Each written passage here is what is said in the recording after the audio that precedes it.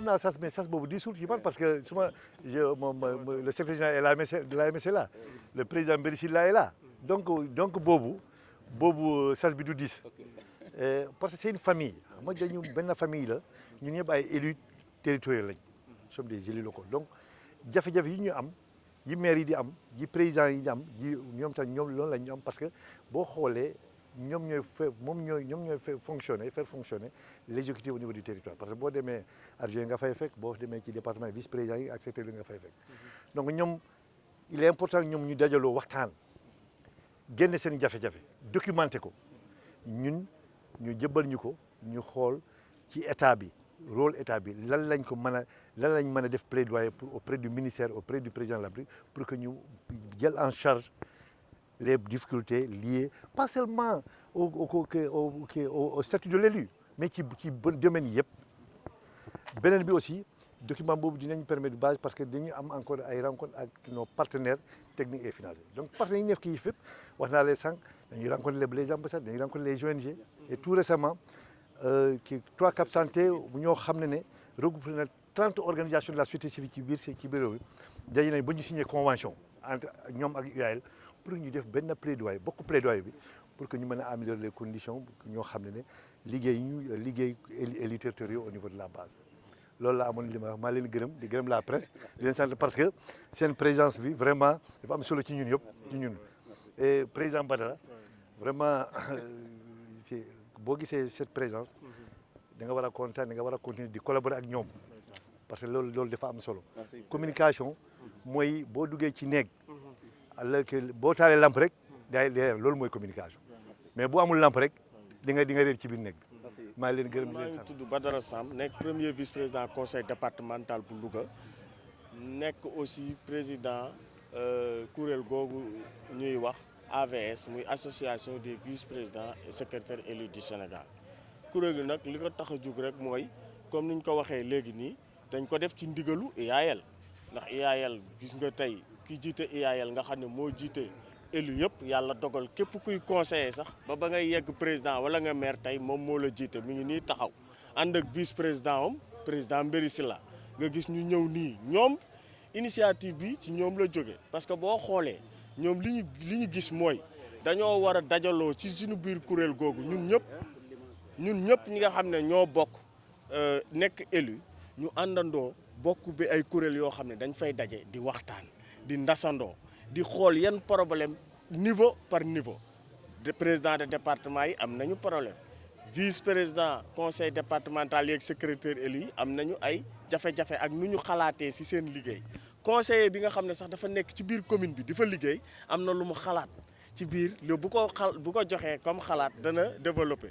beneen bi mooy aussi même conseil départemental bi la même chose moom xam nga loolu lépp richesse la moom la tubaab di wax système léegi nag ñooñu bu ñu dajee ci ay kuréel di waxtaan di sottante ay xalaat di fa génne ay mbir yoo xam ne dañ koy proposer association bi nga xam ne tey moom moo jiite loolu ñëpp ñu koy tegal ministre bi di ko jox chef de l'État ñuy xool nan la ñuy waxtaanee ba gën a dooleel collectivité locale yi je pense que loolu richesse bu rëy la. tegu leen bët waa AMS wala waa ADS. non loolu mënoo ko sax parce que tamit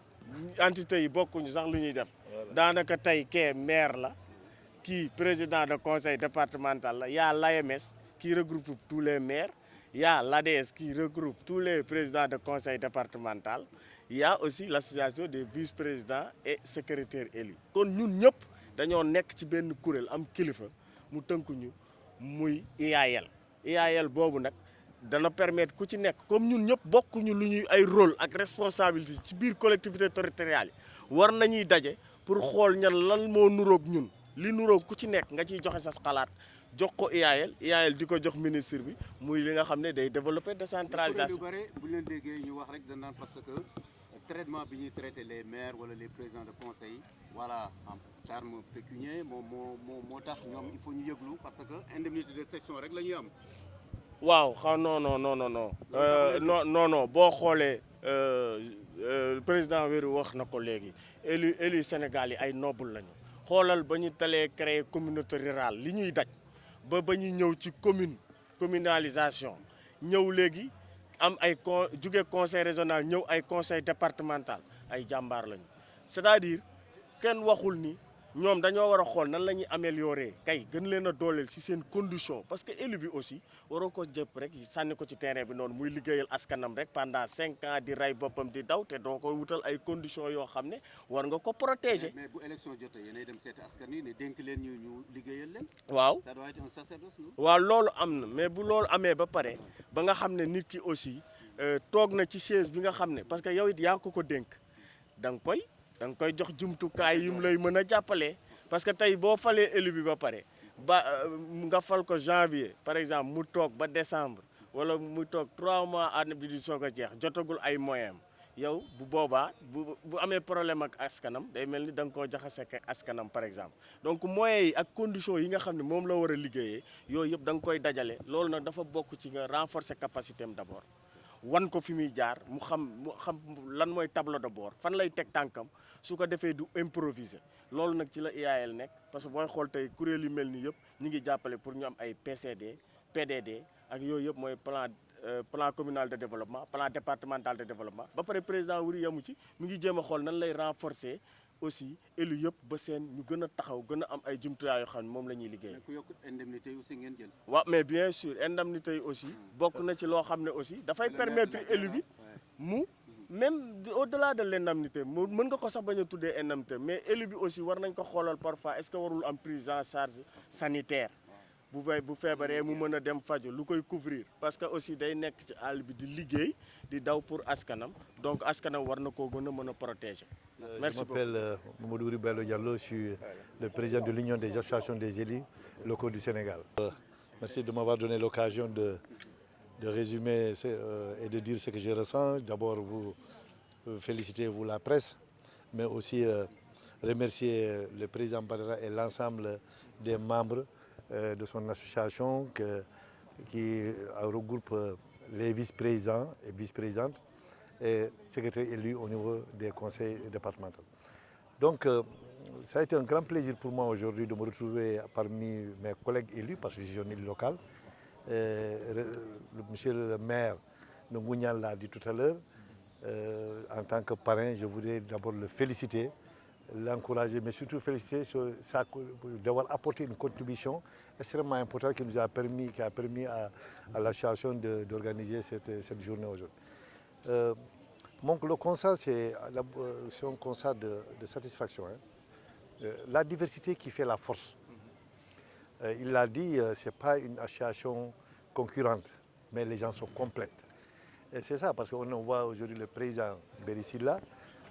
qui c'est son vice-président qui préside. Donc s'il ne voulait pas, il ne serait même pas membre. Et la plupart, si les gens sont membres, c'est parce que leur président l'a accepté.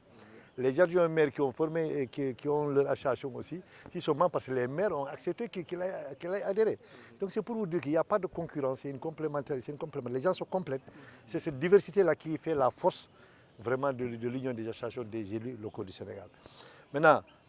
Michel le maire l'a dit tout à l'heure, moi je ne reviendrai pas sur ça, ce qu'il a dit c'est exact. Ce que nous devons faire, c'est au sorti vraiment de cette rencontre qui parle de la décentralisation, que nous puissions avoir un document des difficultés, la perception, le vécu des vice-présidents et secrétaires élus au niveau des départements, que nous puissions avoir ce document-là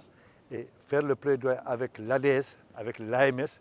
autour de l'UAL, que nous puissions vraiment le déposer sur la table du ministre, faire ce plaidoyer-là au niveau du ministère, mais aussi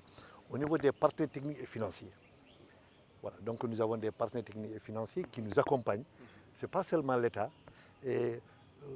vous savez que même par rapport